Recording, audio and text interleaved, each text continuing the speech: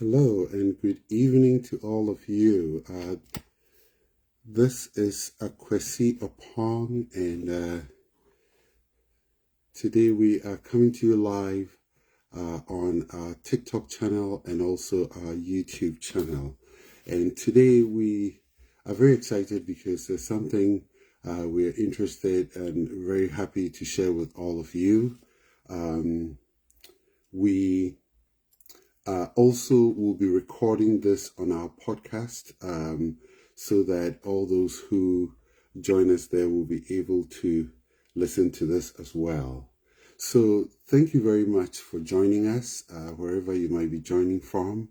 We are really excited that you are showing some interest in the relationships in your life. We're going to give it a few minutes to have a few more people join, and then we will go ahead and move this discussion forward. We have something very exciting to chat with you about. And as we wait for a few more people to join, I want to give you a little bit of a highlight as to what we do. The name of our ministry is Enjoy Life with Your Spouse, or LYs for short. And what we do is, in general, we provide resources and also mentoring for couples who are getting married or couples who need help in unraveling certain issues in their relationship. We are not counselors. I provide mentoring. I'm a certified mentor for married couples, and there's a difference. We don't provide prescriptions and medications and all of that. We just give biblical and research-based advice to help you to thrive in your relationship. So if this sounds like something that could be of benefit to you or somebody in your life, we invite that you reach out to us on our website. And our website is www.enjoylifewithyourspouse.com. It's a great resource. We have so much there that can help you. If you go to the tab for mentoring, you can go sign up for a 30-minute one-on-one to understand some of the resources we provide, and at that time we can help.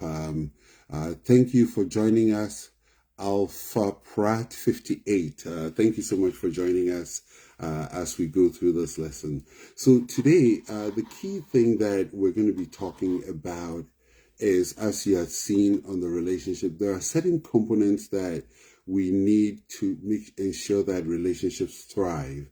And I'm going to highlight on 3 of them. I'm not here to say that the 3 is everything that you need to know. What I'm here to let you know is that there are a number of them, but these 3, over time, we've come to realize that they are very, very important, and you need them in order to really thrive in your relationship. So I'm going to highlight on these things, and these things are so important that every relationships need a good measure of them. And if you're somebody who is planning on getting married, I think this will be a very great resource to you, because it's going to help you prepare and not make certain mistakes or certain errors that some people have made and now have found themselves in relationships that are not thriving. And I also have something for you if you're in a relationship where you realize things are not going well and you wish that things could be better. It's not over. There's good news for you as well. So I'm going to begin to go through all of this. When my wife and I speak to couples, mostly we work with couples who are getting married, who they've set a date for their marriage or they are engaged, and they need some marriage mentoring before their wedding date. And one of the things that we do is ensure that they understand fully well what they are stepping into, because at this point there's so much excitement, there's love, there's passion and all of that, which is good. We're not playing down on those things. We need those in every relationship.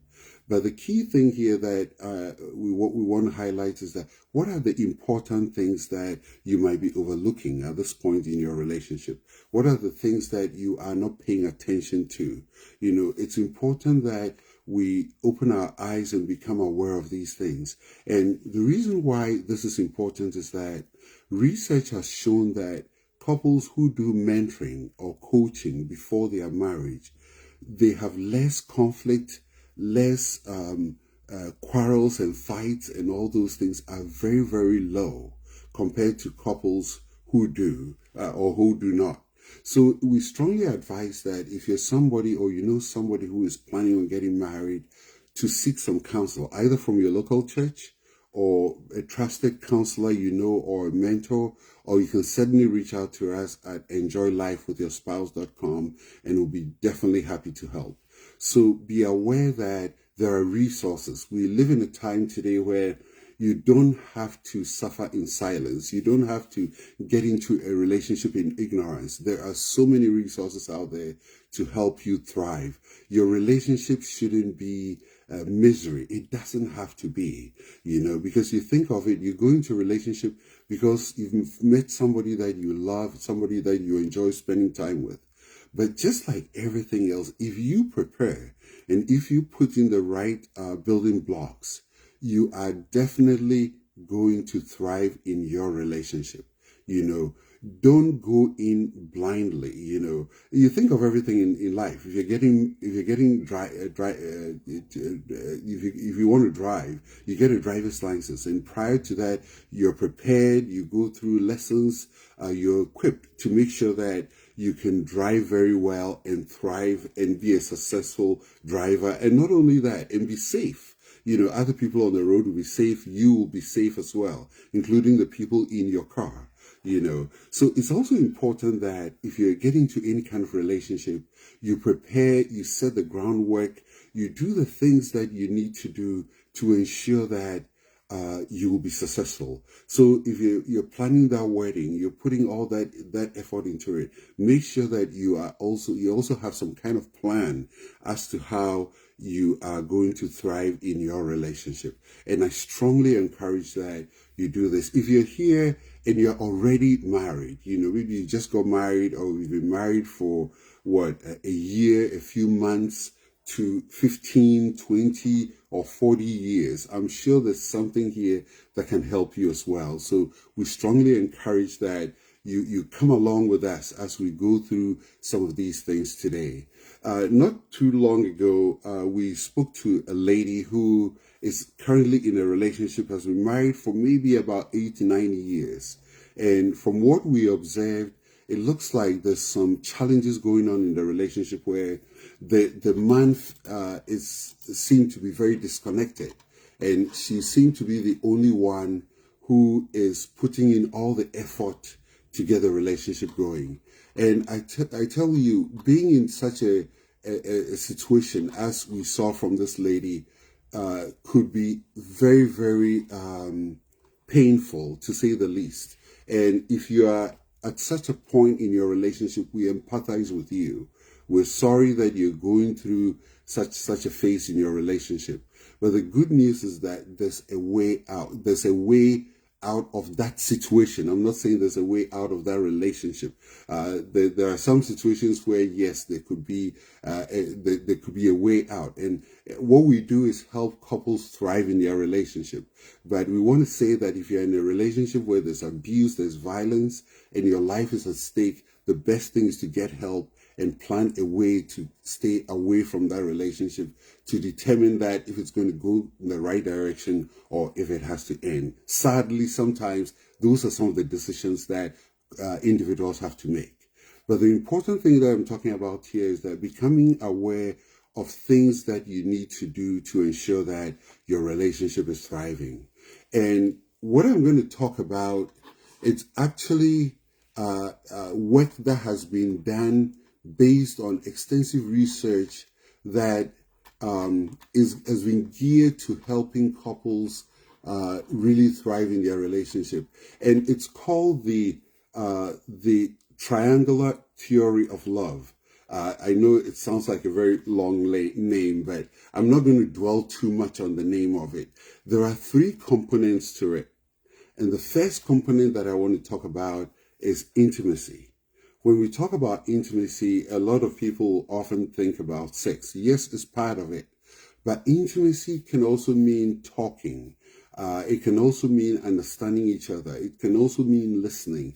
It can also mean being able to share the things that are on your heart with the person you love, or the person you're getting married to, or the person you're already married to. Intimacy covered all these things. So I'm going to define intimacy here as the emotional connection and being able to be vulnerable in your relationship. Vulnerable here means that we're using this term loosely. It means that you're able to open up without fear, or fear that you'll be judged or condemned or put down. You feel confident in the relationship with which you are. The first thing here is that prioritize emotional safety and trust. Make it a huge part of your relationship that, prioritizing emotional safety is knowing that your wife can come to you and say that I have something to talk about to you. I think when sometimes when you go out, you stay too late and it makes me uncomfortable, and you will listen and not get upset. That is emotional safety. You're making her feel safe and you're building trust, knowing that she can come to you at any time to tell you something and you will not be upset. And it goes the other way too, where a man can approach his wife and say, the other day, I realized that you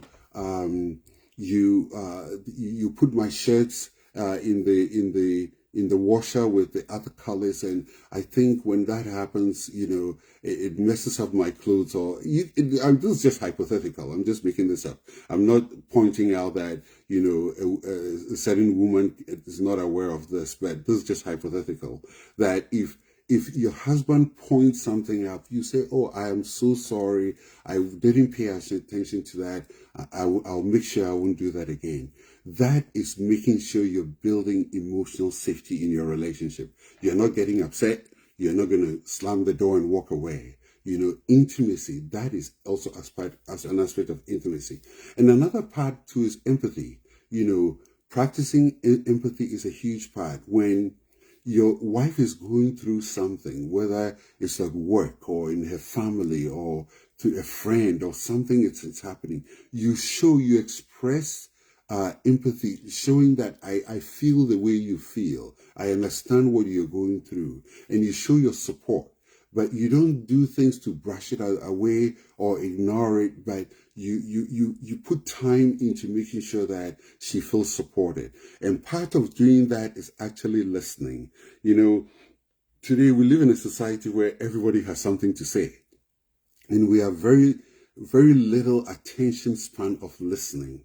But let's make sure that we are listening to each other. And listening is not just listening to the words that are being spoken. Listening involves really listening to the emotions and the words and what is behind what your spouse is saying. This is a very key part of active listening. So let's make sure that in all that we're doing, if we're practicing empathy, we are also listening to our spouse. And then another thing too is share your inner world regularly. And this is something that women do a great job with. Women can share what is on their heart, how they're feeling, what is on their mind, and tell you everything. But men, we bottle things up a lot. And, part of emotional intelligence, today we talk a lot about emotional intelligence, is being able to talk about how you feel. And sadly, today, a lot of men are going through mental health issues because they will not open up to talk about how they feel. There's a gentleman called Jason Wilson. He has a podcast about manhood, and he talks about how it's okay for a man to cry sometimes when you are emotional. Let it come out. It's okay. But it's also okay for the man to be able to tell his wife how he feels. Now, I want to put a clause here, something very important here. Research has shown that today, this is something very recent, today, when a man shares his emotions and he is vulnerable and he cries, some women see it as a form of weakness. It is not weakness at all. This is a great opportunity for you to encourage him and affirm him. Affirmation goes a long way for men. And what is affirmation? Affirmation is when you tell him, I trust in you. You are my husband. You are the great man God brought into my life. I cherish what you've done for our family, and I respect you. It goes back to that biblical principle of love and respect. Men thrive on respect and women thrive on love. So affirm him. If you have a husband and he gets emotional, that's the time for you to affirm him. Tell him why you believe in him, why you love him, why you chose him. Boost his confidence up. He needs that as a man. That's why, a lot of men go to the military and become, law enforcement officials, because in that group of circles, in that circle, they encourage and affirm each other a lot. And that boosts their ego, and not in a negative way, but it gives them the confidence they need to move on. So these are some of the areas. Now, what are some of the action items we can take when it comes to intimacy? Daily check-ins, check in with each other.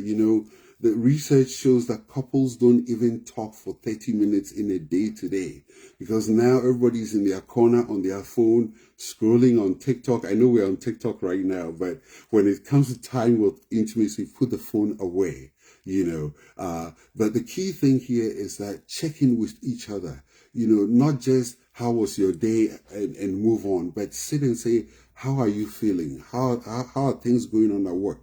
How are the children?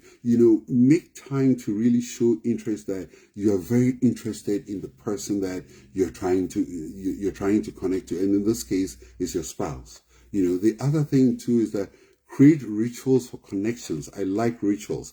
And maybe we're going to have a whole other talk on rituals, but rituals are a key part of this, weekly coffee dates, going out for walks, and, prayer time, spending some time as husband and wife to spend a few minutes to pray every day is a key part. And that's another thing too, that research has shown that couples who pray together have low conflict and have more marital satisfaction. So if you want to enjoy your relationship, spend some time praying is a key part of this, Bedtime talk. If you're not somebody who likes to talk in bed, maybe when you get up in the morning and you're having breakfast, you can sit down to talk a little bit. Let's not be too much in a hurry to rush out into life that we leave our relationships behind. All the running around we're doing it to help our relationships. So let's not leave the relationships behind, affirming each other. And I think I've spoken to that already. Speak life, speak compliments, gratitude and encouragement. The men, every time you come home, dinner is ready. And as time goes on, we even forget how the dinner is made. We think, it's a button somewhere we press and then dinner appears. But your wife is putting in the effort to get dinner ready. I'm always grateful to my wife, because sometimes she goes to work, comes back and makes sure that, food is ready. And I have to say thank you to her. I shouldn't take that for granted, because most too often we become complacent. We think that, things just happen in relationships. So we don't do anything to show appreciation for the things that our spouses do for us. Practice conversion. This is all under intimacy. We are still under intimacy here. So practice conversion and forgiveness. This is so key. The Bible says that when we were sinners, Christ died for us. That's where he started with us. We were sinners and he died for us. He forgave us. So how come the person you're sharing one bed with, you eat together, you maybe have children together, or the person you're planning on getting married to, why is it that you cannot forgive? I want you all to know that when you forgive your spouse or you forgive somebody, you're doing it for yourself. Maybe if you look at it that way, it's going to help you a lot. So always be aware of this, that every time that you forgive somebody, it's a gift that you give to yourself, because it lowers your blood pressure, it makes you happier, you enjoy your life more. Why are you carrying this thing? If it's something that's still on your mind, talk about it with love and respect. Don't scream at each other. It's an opportunity for you to sit down and say, you know, honey, there's something that's bothering me. You know, when we went to the party the other day, you said something that really hurt me a lot, and I want to talk to you about. And if you are the person who committed this offense, listen and apologize and move on. Don't use it as a point of you getting back, or as bringing up what your spouse also did another time. It's just an opportunity for you to say, I am so sorry. I thought it was a joke. I was just playing around. I didn't realize that was very hurtful. And you move on. Because listen, you're in this wonderful relationship to enjoy. That's why the name of our ministry is Enjoy Life with Your Spouse. It's actually a Bible verse that the God commands the husband to enjoy life with his wife. We've changed the wife to spouse, you know. But just know that it's a wonderful gift God has given you if you're already in a relationship. If you're not in a relationship, you're in a relationship with yourself. It may be with your siblings or with your parents. Make sure there is no form of, you know, unforgiveness there too. You know, if you know something has happened in your relationship between your spouse, between your siblings or your parents, seek forgiveness and also forgive the people who have offended you, because you can't carry it with you. Sometimes that could be even holding you back from getting into a relationship yourself. So it's important that we do these things to ensure that we are thriving in our relationship. The other thing under intimacy is be curious about each other. You know, if as husbands, if you see that your wife has a new hairstyle, be curious. Say, oh, that's very beautiful. I really like that. Or if she's going to do her nails, ask her, what kind of style or color are you painting your nails today? That's curiosity, you know. And in the same way, if, you know, as a wife, your husband gets a promotion at work, or he's working on a deal and he goes through, you say, tell me more. How did it happen? I want to know. That's showing curiosity, being curious about the relationship. And that brings bond of intimacy and connection, because you are expressing that interest in getting to know more about your spouse and all the things that are going on in their lives. So I think that this is really a good picture when it comes to intimacy. So you see, all that we've talked about, we've not even talked about sexual intimacy, because that is just the icing on the cake. If we do all of these other things, sexual intimacy comes naturally as a result of this. So intimacy is the first thing that we want to touch on. Now let's move to the second thing. I hope you're all doing well. I haven't looked at the chat yet, but I've seen a number of people are joining. Thank you for joining, and we appreciate your comments as well. But let's keep going. The next thing I'm going to talk about is commitment. So if you're planning on getting into a relationship, make sure that there's commitment. Make sure that you see that the person you're planning on getting married to is showing that they are committed to you. Commitment is showing up. Commitment is doing the things that he or she promised they will do. Commitment is showing that I'm in for the long haul. You know, commitment is also viewing marriage as a sacred lifelong covenant. You know, the person is not treating their commitment or their attitude towards the marriage as it's just a piece of paper, as some people have said. It is not. It's people's lives and the lives of your future children and your grandchildren. It's a covenant that we're getting into. So we have to show our commitment. If you have a business and you hire somebody to work with you, and you realize that the person is not interested in work, they are not showing up on time, they lack commitment, and that will cause you to question their commitment or their loyalty to the job. So commitment is very important here. You know, another thing that shows commitment is choosing each other daily. You know, if you go through conflict, if there's a fight, if there's misunderstanding, you choose each other daily. And the way you choose each other daily is saying, you know, this is my wife, I'll forgive her, let's move on. You know, there was a story of a man who called his wife from work one day and said, he has a big meeting the next day and he has to get on a plane and fly to another state to to attend a very important meeting. And his wife asked him, do you have any shirts to wear? She said, oh, I took my shirts to the dry cleaner. And his wife said, don't worry. After work, come home. I'll go and get them for you. Now, meanwhile, his wife was home with 2 little children. And through the busyness of the day, guess what? She forgot to go and pick up the clothes from the dry cleaners. So when the husband got home, the dry cleaners was closed and he had no shirts to wear. At that time, he was upset. Of course, I will be a little as upset. But then what he did was saying, I choose my wife. She's home with children. She might have been busy. She even had time to prepare dinner. I'm going to go through my closet and see what I can find. And whatever I can find, I'll make it work. And that's exactly what happened. He was able to find something to wear, went for the meeting, and got the contract. Think of it the other way, where you become upset, you scream at your wife, and that puts you in a bad mood. And the next day, even flying out to this meeting will even put you under, a cloud of sadness, and you don't want that. So let's choose each other daily. Choosing each other, meaning that we'll do everything to keep the relationship going. The next thing I'll talk about on commitment is building a shared vision for your future. What vision do you have? What plan do you both have for your future?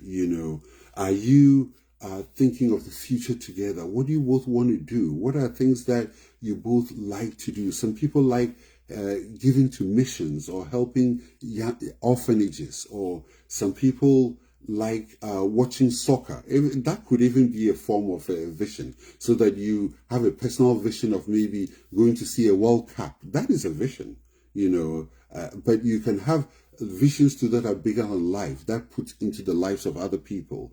You're interested in, protecting sea animals, or making sure that single women who are pregnant have a safe delivery. I know there are people in Ghana who go to hospitals to actually pay hospital fees for single women so that they could have their babies. That's a very high calling, So what are the things that mean so much to you as a couple? Sit down and talk about it. And that will actually give both of you the direction for the commitment in your relationship. It's a very important thing that will help. So what are some of the actions that we can take here under commitment? So renew your vows annually. That's something that, it's not required, but it's a good thing if you do that. Both of you reaffirm each other, even privately in your home. You can reaffirm your vows to each other, and say, I still choose you after 15 years. If I have to do it all over again, I'll still marry you. With all the challenges that we've been through, I'm still happy that I made this decision. And just to let you know that no marriage is perfect, People get married and the first conflict comes and they think they've made the wrong decision. But you never know what would have happened if you had married that other guy or that other girl, It would have been worse. But the key thing here is that you're here, you're thriving, and you're putting things in place to make sure that this relationship will thrive. So let's move on under commitment. The next thing under commitment is shared goals. So your money. How do you handle your money as a couple? I often tell couples that if both of you are getting married, I propose that you keep your money together. And that's a whole other topic maybe I'm going to address another time. Maybe our next post we'll do that, our next live event. We'll talk about couples and money.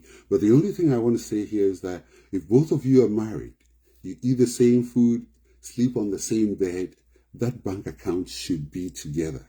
But I also have to add, there's nothing wrong in each of you having another account where a certain amount of money goes into that every month, so that if you want to buy something for yourself or your cousin or your mom, or give a gift to somebody, you can use that account. There's nothing wrong with that. But the bulk of your money should be together. And both of you can plan how much you want to save, how much you want to invest, how much you want to put away for travel or all those other things. That's a whole other topic that we can come to. Spirituality, Are you sharing these things together? Commitment. Are you sharing? Do you go to church together? Do you believe the same things? The foundational religious or faith principles should be the same. You can differ on certain things, which is okay. It's typical. We're all different, so we don't expect that both of you should believe everything. But the foundational, like me being Christian, I know that my wife knows that and accepts that Jesus Christ came to die for our sins, and we both accepted Jesus Christ as our Lord and personal Savior. It's the foundation, And I also want to add that research has shown that people who are born again, saved, and are committed to their relationship with Christ, their marriages last longer and they are more happier. There's actually scientific research to back this up, And so I just want to throw in there that it's a key part of your relationship. Now, family is also another thing. How do you handle families, in-laws? Step brothers, step sisters, cousins, uncles, aunties, they are a key part of your relationship. And whilst they could be a blessing, sometimes they could potentially create problems. That is where both of you have to sit down and talk about how you can handle these issues when it comes to your family, so that it doesn't become a source of contention, or it does not become a source of conflict in your relationship. You don't want that, a third party to cause conflict in your relationship. You don't want that. So that's another thing. The next thing too is create a conflict protocol. How do you handle conflict? You have to have a way you handle conflict. How do you manage conflict when things are beginning to get out of control? You should have certain rules and say that if one person say, I need a timeout, you have to respect that.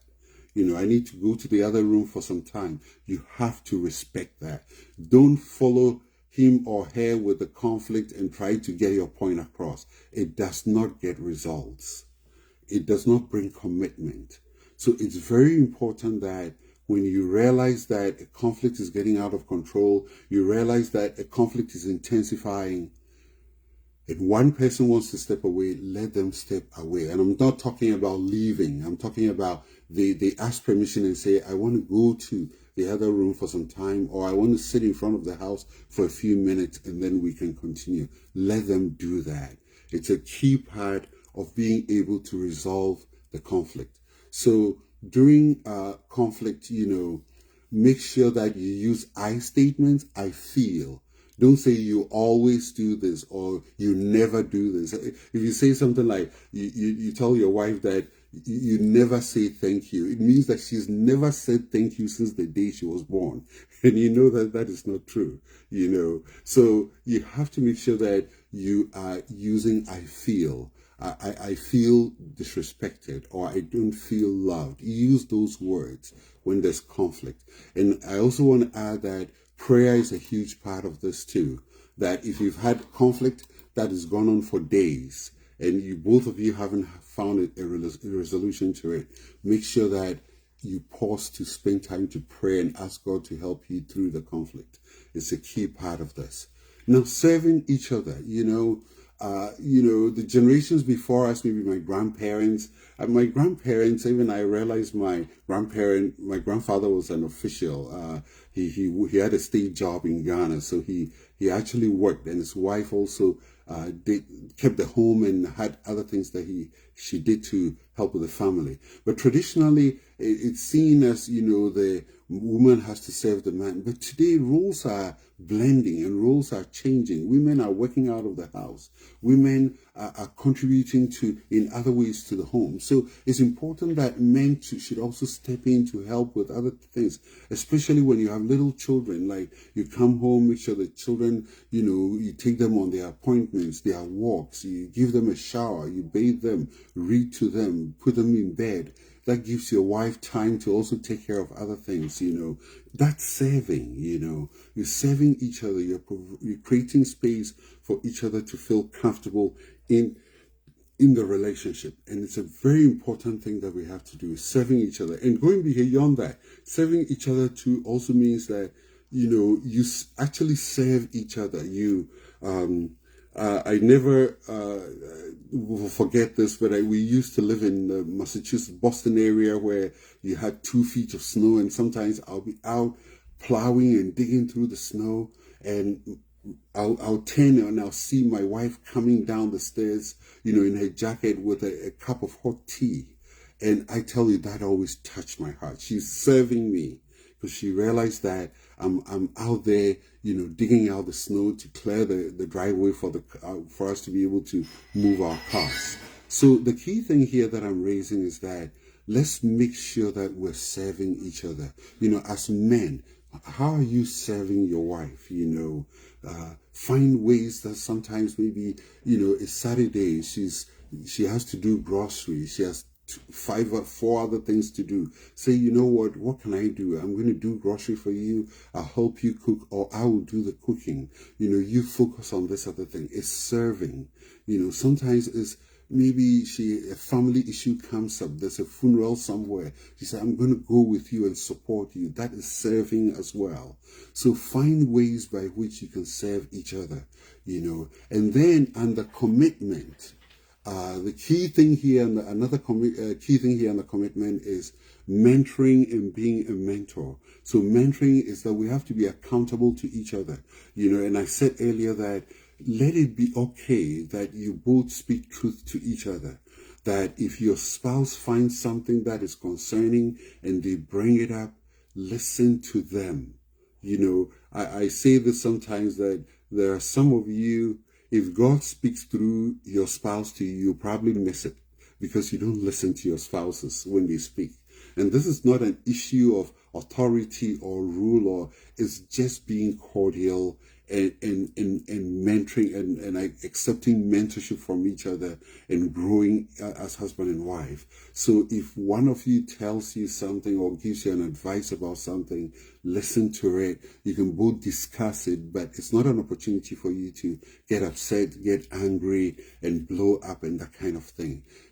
Grow each other, build each other up. It's very important in ensuring that both of you are thriving. If you're joining us, we're so glad to have you. My name is Akwesi Opong. Our ministry is Enjoy Life with Your Spouse. You can visit us on our website, enjoylifewithyourspouse.org or .com. Both of them work. And we offer marriage mentoring, and also provide all kinds of marriage resources. And we're so happy that you're joining us. We are talking about 3 components that every relationship needs. And it's important. I do understand that there are others, but these are very, very important components that every relationship, and if you're somebody planning on getting married, we encourage that you make sure that these components, these principles are part of things that you're considering before marriage. It's very, very important. So far, we have talked about intimacy and we've talked about commitment, and we're getting ready to talk about the last thing in this 3-part message. So the last thing I'm going to talk about is passion. What is passion? Passion is what you had when you first saw your husband or your wife. It's that inbuilt feeling that you have for each other. It's the desire, is the desire to be with each other, the desire to play and enjoy each other. That's passion. I have one of our students who I remember when they got married, after their honeymoon, he called me and said, Mr. Pong, marriage is very good. And I said, keep it that way. He had passion because, they just newlyweds just came off their honeymoon and he's very excited. And I said, keep it that way. Keep that passion going because you're going to need it, And we all have to make sure we do things to keep passion in our relationship, And I know passion for, if you have a friend, you're passionate about your friendship is different than a romantic relationship, or your passion about your car or other things will be different. But I'm talking here about your passion, the passion you have about the person you're planning to get married to, or the passion you have about the marriage in which you are now. Maybe you've been married for 7 years, 15 years, or 20 years? Where is the passion in your relationship? That passion is that thing that makes you excited to get home to see your wife, or that thing that makes you feel happy because both of you are going to do something together, that is passion. And it's key that we keep passion going. And the question is, if passion comes to us naturally when we meet our spouses, how do we maintain that flame of passion going?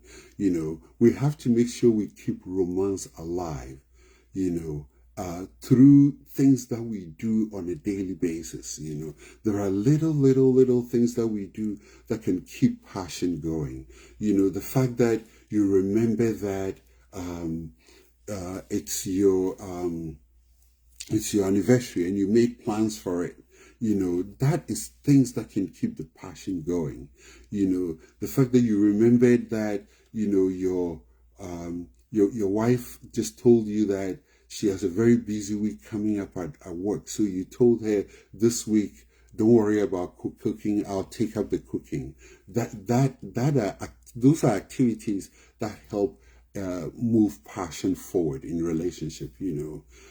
Embrace novelty. Do new things in your relationship. Have you been going to the same restaurant all the time? Have you been doing the same thing, date nights? One of the things I'm going to talk about is date nights. I'm not a huge fan of going to the movies for date nights. It's okay, but I'm not a big fan because when you go, you are engaging with a screen and not with each other. Now, don't get me wrong. You can still go for a date night by going to watch a movie and then going out to eat and then sitting somewhere to talk. That works too. But the point I'm trying to make here is that do new things. Don't let your relationship be stuck in, the same things all the time, And when I say doing new things, you can, sometimes going for a walk is okay. But sometimes we drive to a neighborhood, of course, a safe neighborhood we've never been, and we go there and take a walk. Because it's the same walking, but we're in a different environment. And let me tell you a story about this. Several years ago, when our children were much younger, they are young adults now, but they were much younger, we took a trip to Connecticut to see a friend, a very good friend of ours. And they invited us to stay in their home. They had bought this nice big house and said, come and stay with us. So we did. And the first morning we arrived, we got up and our two girls went downstairs and my friend's wife prepared breakfast and they were eating. So I came down and my older daughter said, Daddy, well, both of them did, said, this is the best breakfast we've had in our entire lives. And I said, wow, what is this about this breakfast? So I went to my friend's wife and I said, what is it about your breakfast? Because our girls seem to like it. She said, no, it's just toast and scrambled eggs. And I said, well, we have that at home all the time. But why is this so special? I don't know if anybody can guess. The only thing that was different was the environment. It was the same eggs. The eggs probably came from the same chicken. The bread probably came from the same bakery.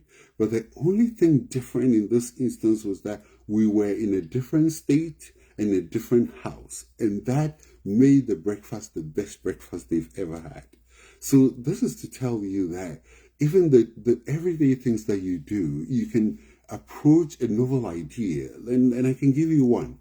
The dinner you're going to eat, maybe one evening, take that dinner, sit at a park somewhere with your spouse and enjoy that dinner. And it's going to taste completely different because you're spending time with the person you like. And this brings passion. This brings connection. Take interesting trips, go to the countryside and, do things that typically you wouldn't do, but make sure that both of you are comfortable with it, and those things help to bring passion. So what are some of the things that, another thing I have to add, celebrate physical and emotional attraction. So that's another thing. When I said it earlier that when your wife has a new hairstyle, make sure you say, this is very pretty. I love it. If your husband put on a new shirt, make sure you pass a compliment. It's so important. I have something I do. Every time my wife makes her hair, I take her a picture and I tell her this picture is the best picture ever. That's my way of showing compliment and also celebrating her attraction, the fact that she's beautiful and I appreciate her beauty. We have to do this thing. There's a quote I heard some time ago that what you appreciate will appreciate. The word appreciate means it becomes more, and it also means what you're thankful for. So what you're thankful for will increase. So what you appreciate will appreciate. So if you continue to admire your wife and, affirm your husband's handsomeness, he will become more handsome and your wife will become more beautiful, at least in your eyes. It's very important here that we do these things to keep passion going. So let's go to how do we give? What are some of the things we do to keep passion going? I've given a lot of them out, but there are a few more. Keep date nights. I can't say this enough. Couples become so busy with life, they do nothing together. Nothing. The only time they're together is when they are in a car going somewhere, and that somewhere is probably work or to fulfill some obligation. It's so important that you clear at least once every 2 weeks, if you can do weekly. A time where no phone interruptions, no kids. If you have kids, get a babysitter, of course, age appropriate. If you just had a baby, I'm not advising that, but when the child is a little bit old enough for you to be able to leave your children with somebody, plan that and make sure both of you make reservations. And of course, when it comes to finances around this, put some money away for this. One Bible scholar who is also a marriage counselor says that spend money on your marriage because the returns are huge. If a family member or somebody calls you and asks for money, we will do everything to get the money to that person. But when it comes to our own relationship, sometimes we hold back.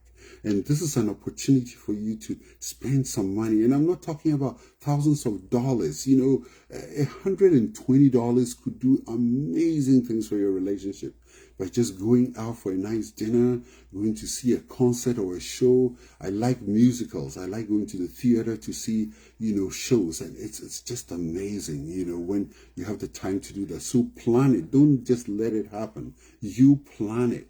To make sure that it happens, have fun with each other, you're married, flirting, jokes, of course, healthy jokes that won't put one down, but will lift each other up is very important, make sure that you are doing these romantic gestures to help build up, passion in your relationship.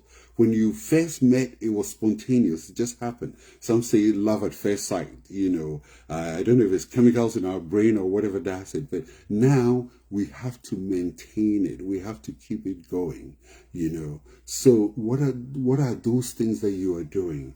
It's very important. And I want to also emphasize this, that today we have this device in our hands called phones. Let's make sure our phones are not coming between us and our spouses.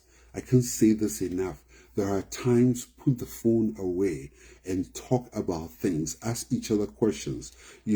Put the phone away and ask them how their day went.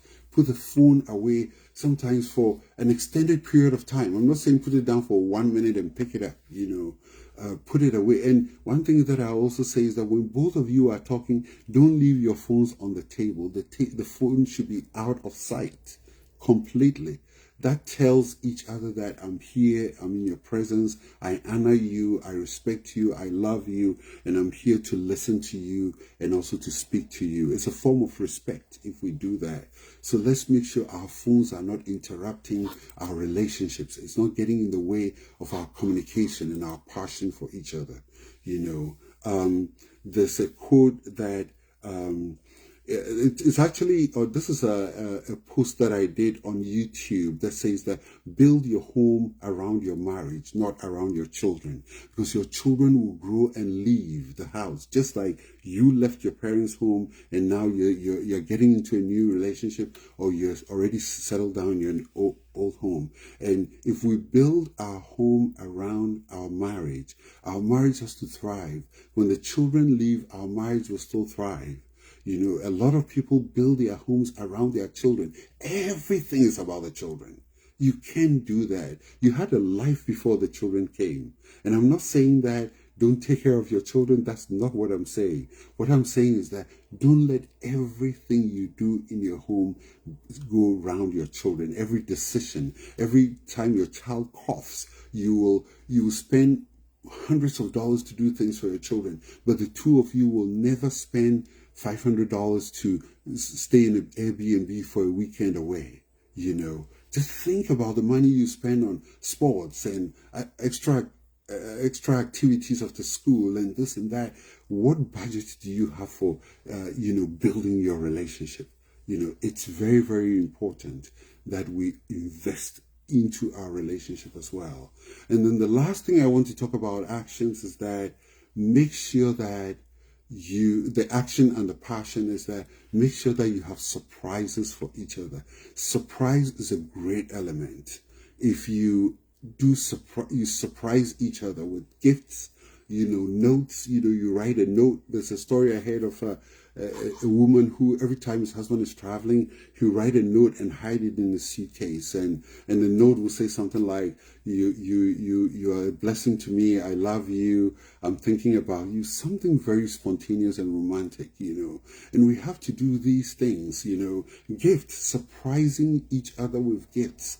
It's not only Christmas that we give gifts or birthdays. You can give just because gifts, Sometimes in the shop and I see something, I'm like, I think my wife will like this purse or this lipstick or something. I'm going to surprise her with it. So you buy it, you can wrap it, and just give it to her, and she'll be very surprised, and she'll say, what is this for? She said, just because I love you, for no reason, I'm just giving you a gift. So think of it, all the little things that you can do, Another example that comes to mind is maybe you've seen that your husband has started watching tennis a lot on TV, and he's watching all these, tennis leagues going on, and he's really enjoying watching them. And, one day you just put some money aside, go and get him some nice tennis rackets and balls and just surprise him and say, I got this for you. I realize you're getting into tennis. So why don't you plan, to go somewhere you can play some tennis with some friends? It's a great thing to do. That these are the things that when you see somebody's marriage thriving, these are the things they're doing. It's not just happening by itself. They are putting in passion, commitment, and also what's the third? The third one. Now I'm drawing a blank of it, and also intimacy in making sure that their marriage is really thriving. So I hope that these ideas will help you wherever you are in your marriage journey to be able to know what to do, how to go about it, and also some of the things that you can put in place to make sure that your marriage thrives. I am so excited that you made time to join us. I hope that you will continue to work on your relationship, continue to put time and effort in your relationship. You will not leave it to chance, because if you leave it to chance, it will not thrive. It will not. And you have to put in what it takes to make sure that your relationship thrives.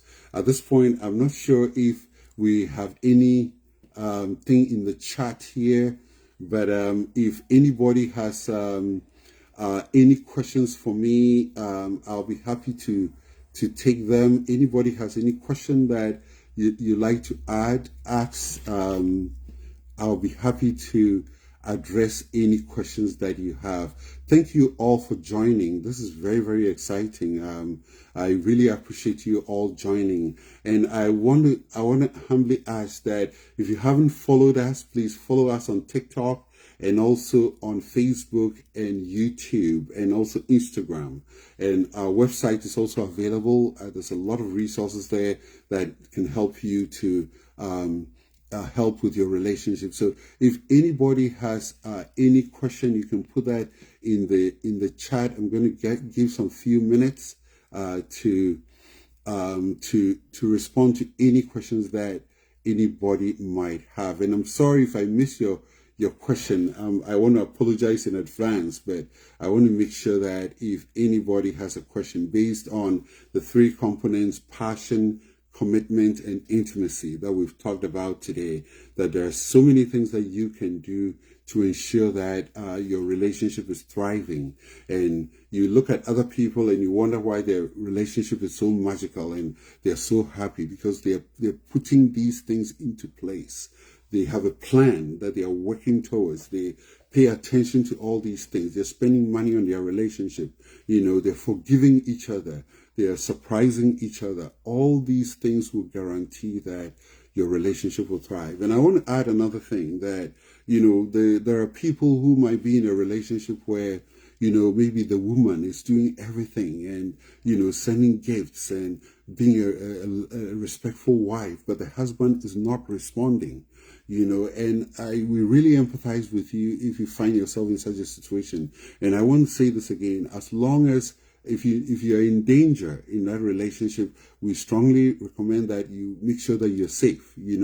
Talk to somebody in your church, talk to a professional marriage counselor or somebody to make sure that you are safe. Move in with a friend or something.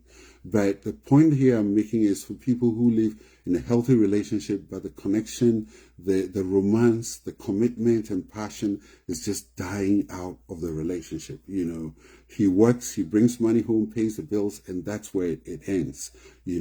What I want to let you know is that keep being the responsible one. Keep showing love, keep showing respect. And this is not to enable the other person, but what I'm saying is that let your true nature continue to show.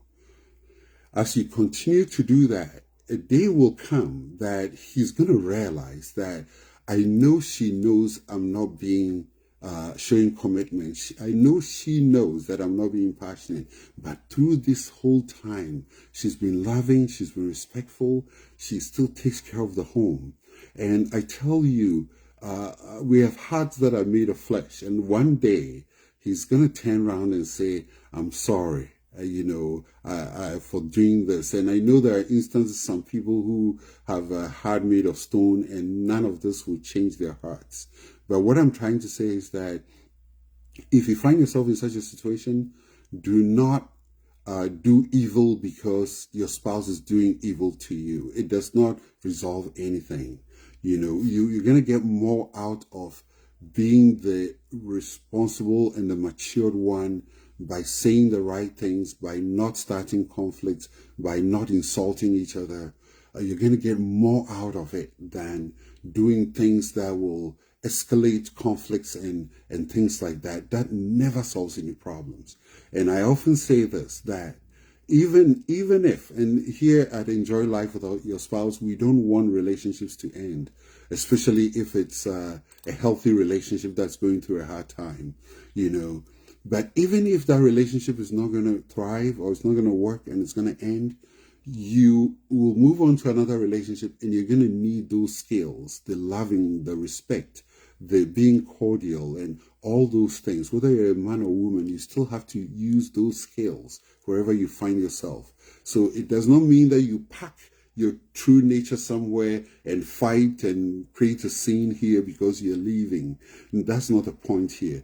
It's better and it's easier to put in the effort and do all the things that will let your relationship thrive. So we really encourage all of you that make your relationship a priority. You go to church, you're devoted to your faith. You go to work, you work hard. Make your relationship a key part of everything that you do, and make sure that your children know that your relationship is important. And if they know that your relationship is important, they will also respect your marriage. They will make space for you to thrive. They will help you. You'll be amazed. Your children can tell you, you know what, we're going to clean the house this weekend so mommy and daddy can go out and have fun. You know, it's quite amazing when they realize that your relationship is important. They will also do everything to pour into the relationship. So, we're really, really excited that you made time to join us today. I'm going to do my best that, we, on the first, no, on the second Sunday of every month, we're going to try and host something like this. I think that the turnout today is great. I think that this gives an idea that it's an optimal time to host these events. So we're going to do our best, and I'm going to put out an invite every so often to let all of you know. But again, invite some friends the second Sunday of every month at about 5 or 6 p.m., somewhere about that time. We'll get this going for about an hour, and we'll have some lessons to share. But come join and follow us, as I said earlier, and we hope that this was very helpful. I'm not seeing any questions. I've seen a couple of you saying hi, but I'm not seeing any questions at all. So I'm going to give it a few more minutes to see if anybody has a question to share with us. And if I'm missing your question anywhere here, I apologize in advance, but I am not seeing any questions at all coming through. But thank you so much. If anybody has a question, we will be happy to take it. But we're very, very excited that you join us to listen to this. So just to recap everything that we've talked about today, we talked about 3 components that we need for our relationship to thrive. And I made a disclaimer that there are others, but these are the 3 top ones because it's based on scientific research. And the first is intimacy. And the intimacy we talked about, affirming each other, forgiving each other, being curious about each other. And we also talk about checking in with each other. And then we went on to talk about commitment. Commitment is your attitude towards the relationship. There we talked about, possibly renewing your vows every year, having shared goals. What are the things both of you like to do together? I have a friend, he and his wife like watching basketball. It's a small, shared objective, but it's a start. What are your conflicts for preventing protocols for preventing conflict?